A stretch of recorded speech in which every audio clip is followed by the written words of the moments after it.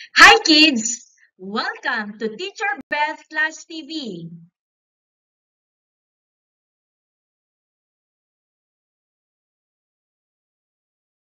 Today, we're going to discuss about understanding the basics of furniture and fixtures. At the end of this lesson, you will be able to understand the importance of furniture and fixtures in school, at home, and in the community. At the same time, you will recognize the different tools used in repairing furniture and fixtures. Are you ready? FF&E stands for Furniture, Fixtures, and Equipment. These include movable and immovable objects used in houses, schools, offices, and other establishments. What's the difference between furniture and fixtures? Furniture are useful articles made to support daily human activities like sitting, eating, studying, and sleeping. On the other hand, fixtures are articles permanently installed in an establishment. Importance of furniture and fixtures. Imagine a house with nothing inside of it.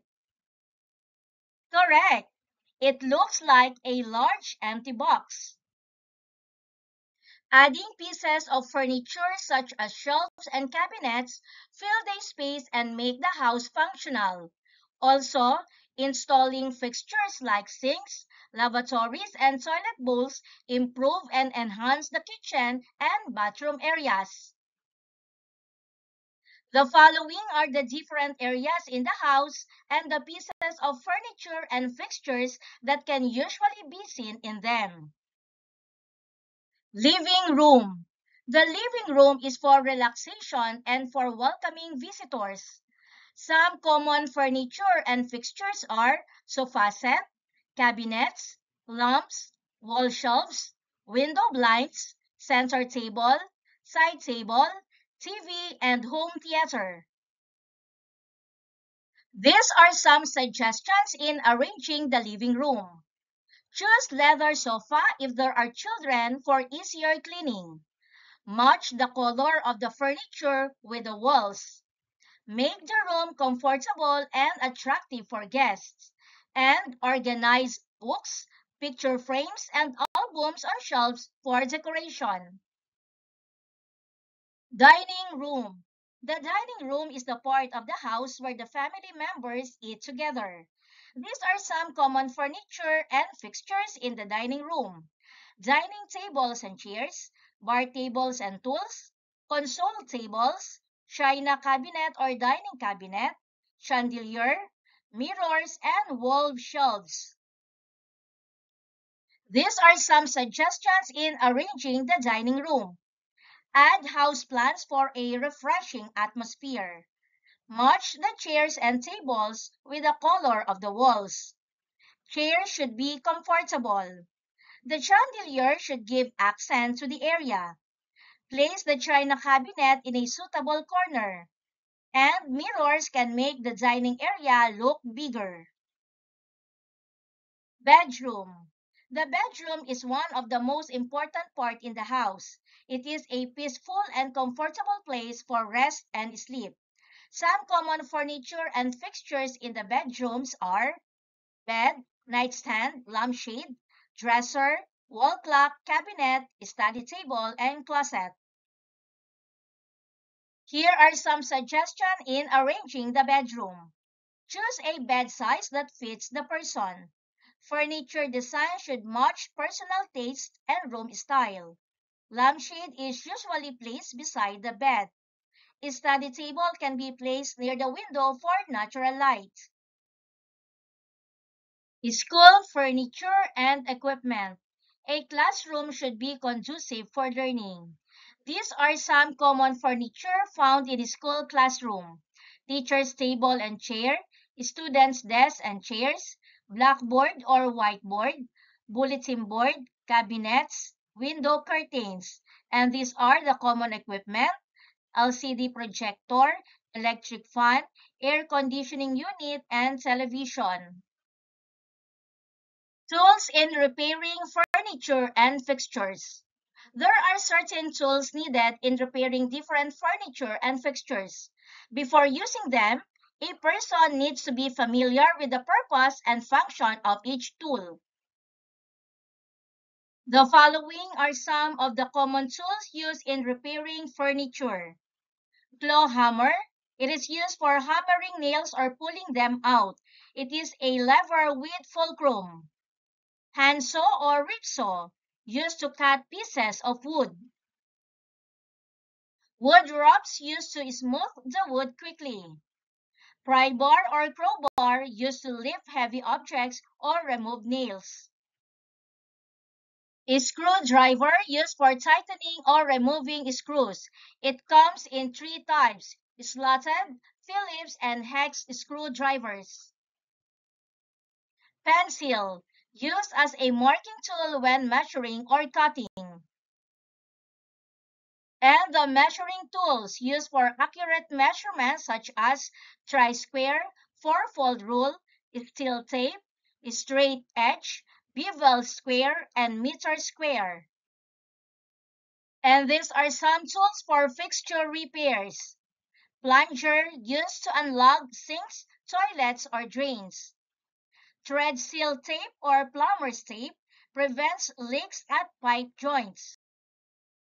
Metal craft used to smooth metal surfaces and remove burrs.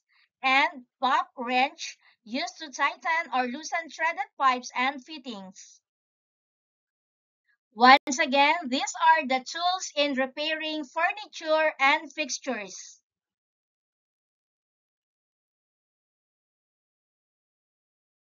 Remember, furniture and fixtures make homes and schools functional, comfortable, and attractive.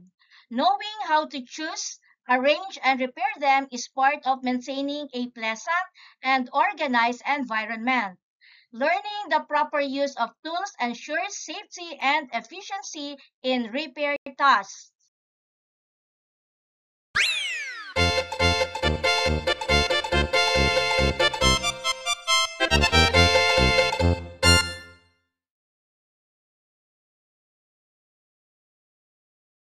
Identify what is being described in each statement. You may also write your answers in your notebook. And these are the statements for numbers 1 to 4. Let's check your answers. 1. These are movable and immovable objects used in houses, schools, and offices, also called FF and E. Furniture, fixture, and equipment. 2. These are useful articles made to support daily human activities such as sitting, eating, studying, and sleeping. Furniture. 3. The part of the house used for relaxation and for receiving guests. Living room. 4.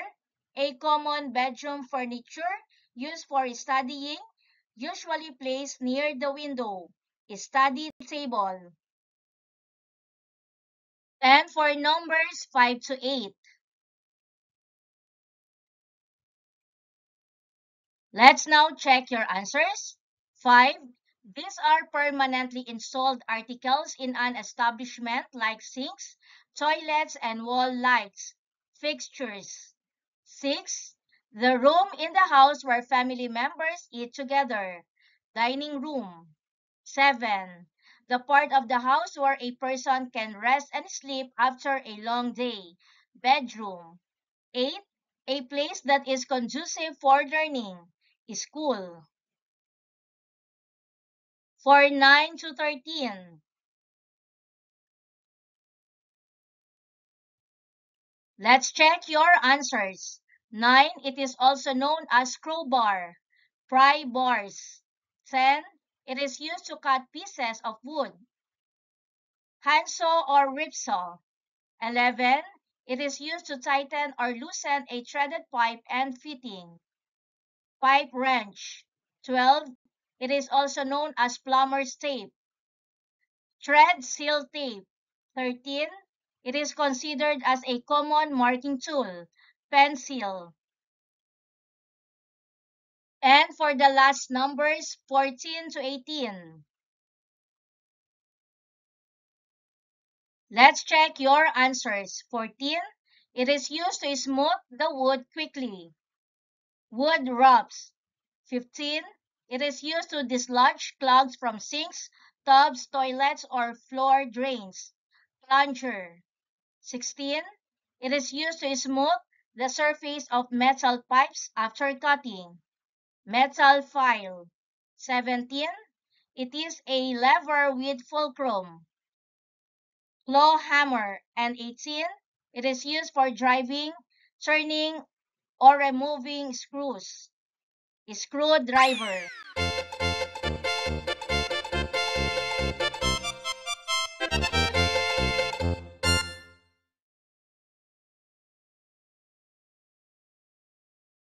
Name the tool used in repairing furniture and fixtures.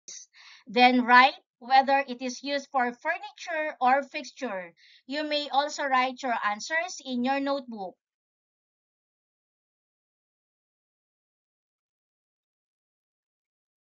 Let's check your answers. This is handsaw for furniture, screwdriver for furniture, and metal file for fixture.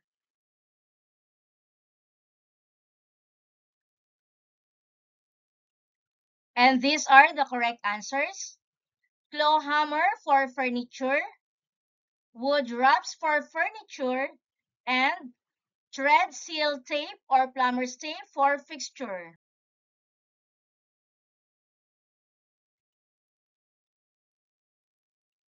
And these are the answers.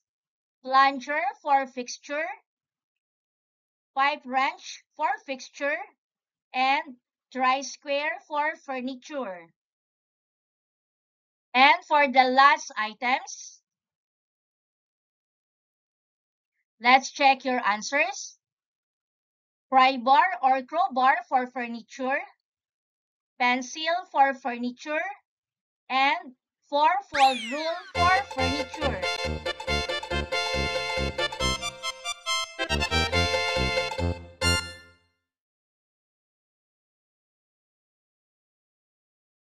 Identify whether the statement is true or false. You may also write your answers in your notebook. And these are for numbers 1 to 5.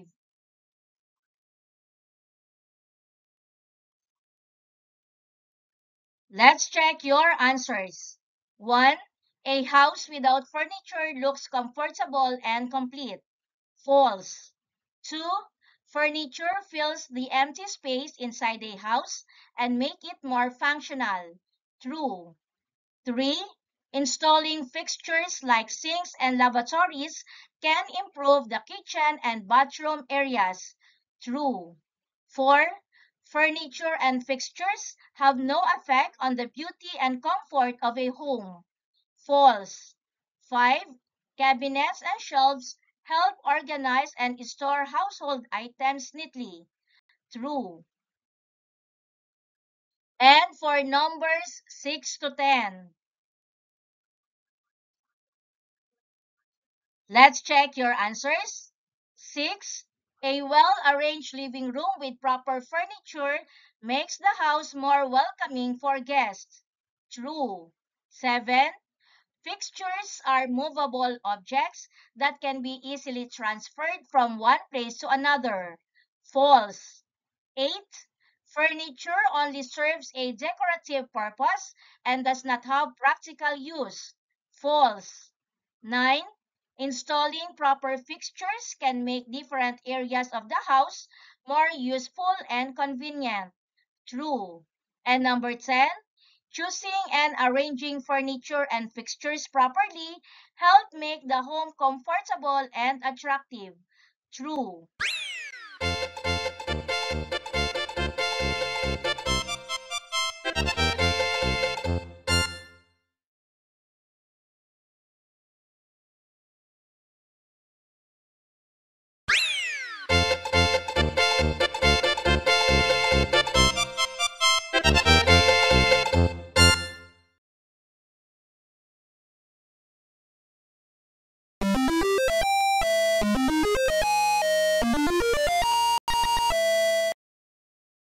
Thank you for joining me.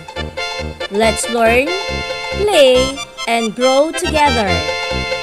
Teacher Beth Class TV. Subscribe, like, and share. Thank you.